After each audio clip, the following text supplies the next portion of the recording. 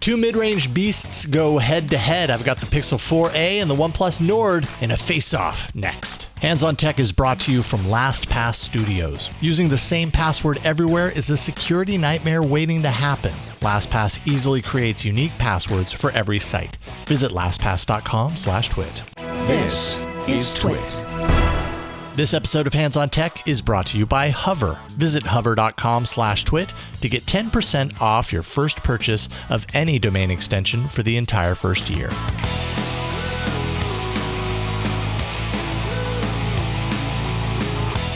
Hello everybody, welcome to Hands on Tech. I'm Jason Howell. So, if you've been following the smartphone world last couple of years, you know that right now especially the budget category is on fire.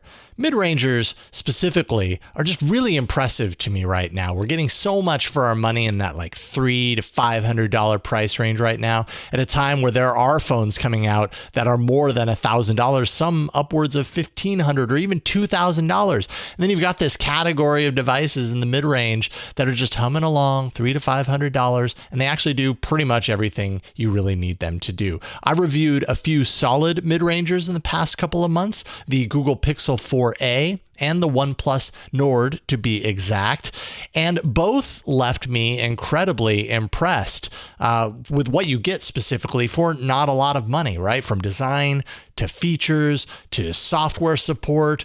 They really cover the bases of what you need out of a smartphone, and for not much. So I thought I'd spend a little bit of time pitting them against each other to see strong suits, weaknesses, how they compare. So one thing up front, the Pixel 4a is available in the US while the OnePlus Nord is not. So the 4a in the US is $350. If you want to find the OnePlus Nord, you're going to be paying 399 euros to start, which if I did a price conversion comes out to around 460 US dollars roughly. But that's not how prices are usually chosen for these devices. So it's really a guess as to how these compare from a price perspective. If I had to guess what the OnePlus Nord would cost here in the US if it was released, I would guess somewhere in the $400 to $450 price range. But who knows? We'll find out hopefully someday if OnePlus ever decides to bring something in the Nord family to the US. But with that out of the way, let's jump right in. We'll start with design, and both devices have a great design for the price, but they do come from very different directions. Let's start with the OnePlus Nord. Its front and back glass design definitely punches well above its weight. It has a really nice blue tone on the back. It's just gorgeous in person. The chassis is aluminum, which again kind of makes this feel more solid and more premium than the price reflects. It really just looks all around and feels more expensive than it actually is. You got the rear camera module, which is a tall drink of water with 4 different lenses. Talk about options. And really, the Nord itself is a tall drink of water, especially when you compare it to the 4a. The Pixel 4a takes a much different approach. It's visually, yes, still a Pixel. It has the Pixel design language, no question, but it's unibody polycarbonate design, which is to say that the Pixel 4a is probably more likely to take a fall than the Nord and not shatter when it hits the ground if it lands on the back. Only one color option here, and that is black, so I hope you like that. The camera housing is a squircle on the back with a single lens in there, as well as a flash inside. And down below that is a fingerprint sensor, which I honestly love to have. Whereas the Nord looks like a phone that wants you to think it's more expensive than it actually is, the Pixel 4a kind of knows where it stands, and it's proud to be just a bit bland and boring in the process. All right, let's take a look at the displays. The Pixel 4a display is a 5.8-inch OLED display, 1080p. It's as sharp and as solid as it really needs to be. It's got nice contrast, nice colors. I was actually pretty wowed by the display on this one. Single hole punch in the front, so it doesn't really get in the way of the content up in the top, but it's locked in at 60 hertz, which is fine because, phones have been doing that for literally years now, but it's not quite as powerful as what you get in the OnePlus Nord. The OnePlus Nord has a 6.44-inch 1080p display. It has a 90 hertz refresh rate, which is just awesome to have in this price category and hard to ignore. Once you experience 90 hertz and above, it is really hard to go back. It's just so smooth. The device feels so smooth in operation. The hole punch here is more like a longer pill punch of sorts. It's got two cameras hidden in that front area, and it definitely feels a little bit more intrusive when you're talking about your notifications up top.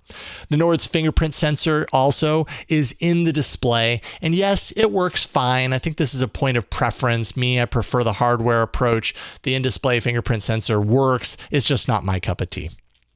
All right, as for performance, the OnePlus Nord is packing some heat. It has a Snapdragon 765G, which, by the way, is expected to be the Pixel 5's chip here in any time now, if that says something about performance. It ships with between 6 to 12 gigs of RAM, so ample RAM options, and I felt super comfortable with how the Nord performed with nearly everything I threw at it, including most games that I used to test these things. The Nord really opened my eyes to the benefit of a solid mid-range system on a chip, and that's really where we're at right now. By comparison, the Pixel 4a sports the Snapdragon 730G with 6 gigs of RAM, definitely a step down on paper. But my day-to-day use of the Pixel 4a showed me that nearly everything I truly need a phone to do, the 4a did well. And remember, especially for the price of $350. So it's great balance performance-wise. Both the Nord and the 4a together make me extremely optimistic about what we're getting, the power potential of today's mid-rangers. Now let's look at the camera, and well, we got to be honest, the Pixel 4a is the one and only. The Pixel camera is truly just a delight to shoot with. It's you know exactly what you're going to get when you point at something, you take a picture with the Pixel camera. And this phone is known to be the mid-range device to get if photos are truly important to you. It's the same 12.2 megapixel rear shooter that you're going to find on the flagship Pixel series. There's not a whole lot more I can say here, except that if pictures and the camera on a device is the most important thing to you, then you're getting the 4a. And full stop. The Nord, by comparison, is respectable, I would say. It doesn't quite stand up to the 4a. It wasn't that the 48 megapixel main camera was bad. It just isn't as resilient. It isn't as foolproof, let's say. But the Nord does at least give you options, right? You have that 48 pixel main. You also have an 8 megapixel wide and a not very good 2 megapixel macro lens, but there's that, along with, yes, the 5 megapixel depth camera. The fact that you get 4 cameras like this on a mid-ranger is pretty awesome. And when looked at through the lens of a mid-ranger, to have all those options, there's some value there. So there is definitely something to be said for the Nord approach. This episode of Hands on Tech is brought to you by Hover. If you're live streaming, you need a domain that gives you authenticity. Connect to your viewers with the right URL. Hover now offers .live. .live gives your website the edge it needs to build excitement and makes it easier to find. You need a platform that draws the attention it deserves with the power .live brings. Big name live streamers are already using .live, so why aren't you? Visit hover.com/twit to get 10% off your first purchase of any domain extension for the entire first year. That's hover.com/twit for 10% off your domain extension for a full year. As far as software and support, both devices employ a stock adjacent approach with the software. The Nord is on Android 10, at least at the time of this recording, with its Oxygen OS. And it's relatively stock-ish with meaningful software tweaks for aspiring power users and tinkerers. OnePlus has announced that the next version of Oxygen OS based on Android 11 is going to veer more into the stylized skin territory. You know, the territory that Samsung loves to be in, a lot of other OEMs love to be in. But OnePlus is great when it comes to long-term support. They support their devices, and this one, 2 years of updates, 3 years of security updates. Not bad at all. That's actually the same support that Google offers for Pixel 4a users as well. Only Pixel phones are almost assured to get major revisions of Android on the day that those versions are released. In fact, Android 11 just came out. Pixel 4a got it on day one. Not bad. So you aren't waiting for it, and you don't have to install a beta in order to get it, which is what you have to do on OnePlus right now if you want to get it day one. I'm also happen to be a big fan of the Pixel launcher, which is found on all Pixel devices. Again, it's stock-ish, but it adds some really great improvements and special features that you only get on Pixel phones. So in comparing these devices side by side, I have to say that I've really realized that these two phones are really targeting two different kinds of people, right? The OnePlus Nord is really targeting that person that wants to save money, but wants to feel like they have a premium style smartphone that has extra hardware and extra software features. The Nord just feels more expensive than it actually is, and that's saying something.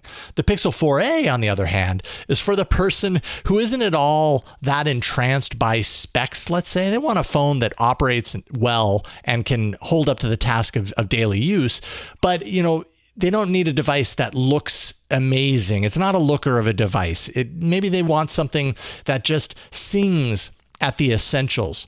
It also happens to be for the person who says that the camera and pictures are their most important thing that they look for in a smartphone. So overall, you really can't go wrong if you can find them. And that circles back to the point from earlier, right?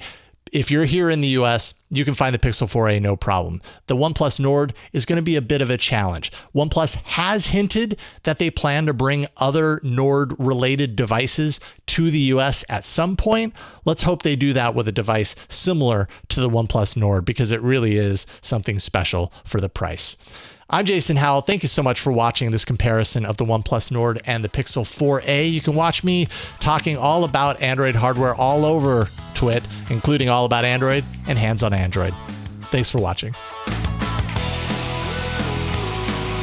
Keep up with all the hottest tech news and gadgets. Visit twit.tv. There you'll be able to find and subscribe to all our tech shows. Thanks for watching Hands on Tech.